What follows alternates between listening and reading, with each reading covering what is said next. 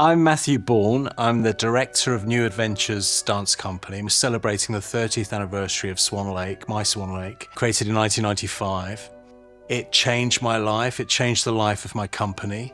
This is one of now 13 full-length works I have in my company that we do from time to time. It comes back every 5 or 6 years, and for new generations, new audiences.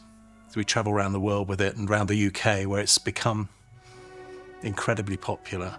Every audience is different. Every city you go to, every country you go to, every culture that you play to can be extremely different in its reactions. But the great thing about dance and dance theatre and non-verbal storytelling, which is sort of what I do, there's an instant rapport with any audience. There are certain things that everyone gets and everyone understands physically, and certain ways in which we react to each other and expression, and that we all understand. It's been 20 years, nearly 20 years since we did Swan Lake in Paris. But we have played other productions in Paris. We played Edward Scissorhands and Romeo and Juliet. Romeo and Juliet particularly and Swan Lake are quite radical reinterpretations of very famous works.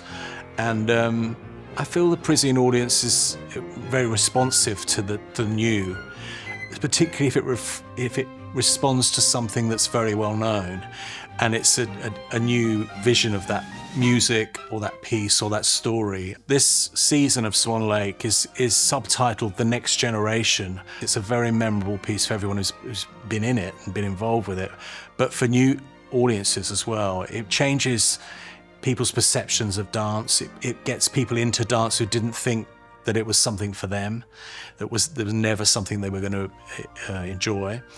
The entire cast of the current production were not alive when I made the show. That's how I see it now, is this series of generations of audiences and performers with that show, and I think it's got such a legacy, the show.